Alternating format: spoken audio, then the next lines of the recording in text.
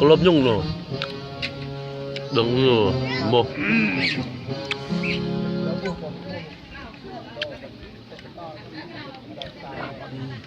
sao chẳng nửa hạ bờ sạ bị ập là lần ô bạn nhưng chết rồi đặt bằng rơ vậy để sạch cả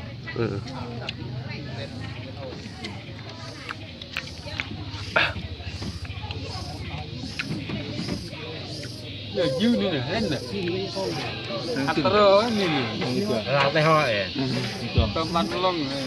ăn dên đó rồi dên nó bố chập lệ dư quá là dùm bia bắt phải nè là dư ta gặp dên dên bò heo sơ dư đã bên mình nhún nè lắp rồi chuột vừa cái ăn đang lắp đấy bạn ơi do rồi bộ hiện nó rác rồi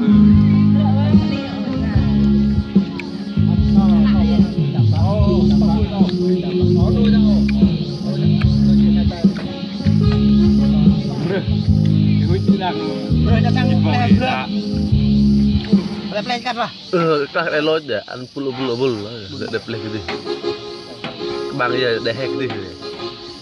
lấy bụi nhỉ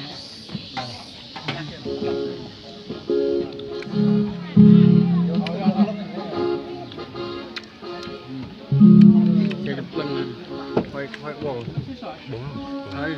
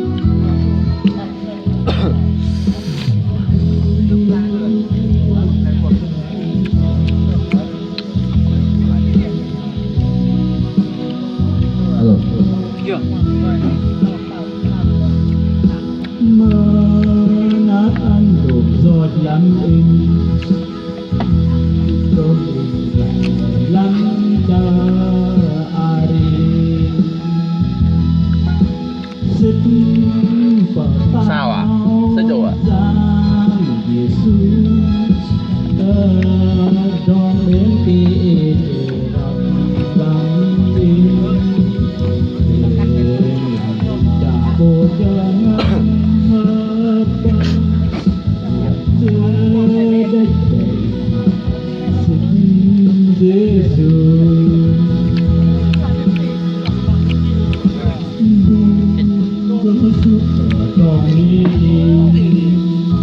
karena lah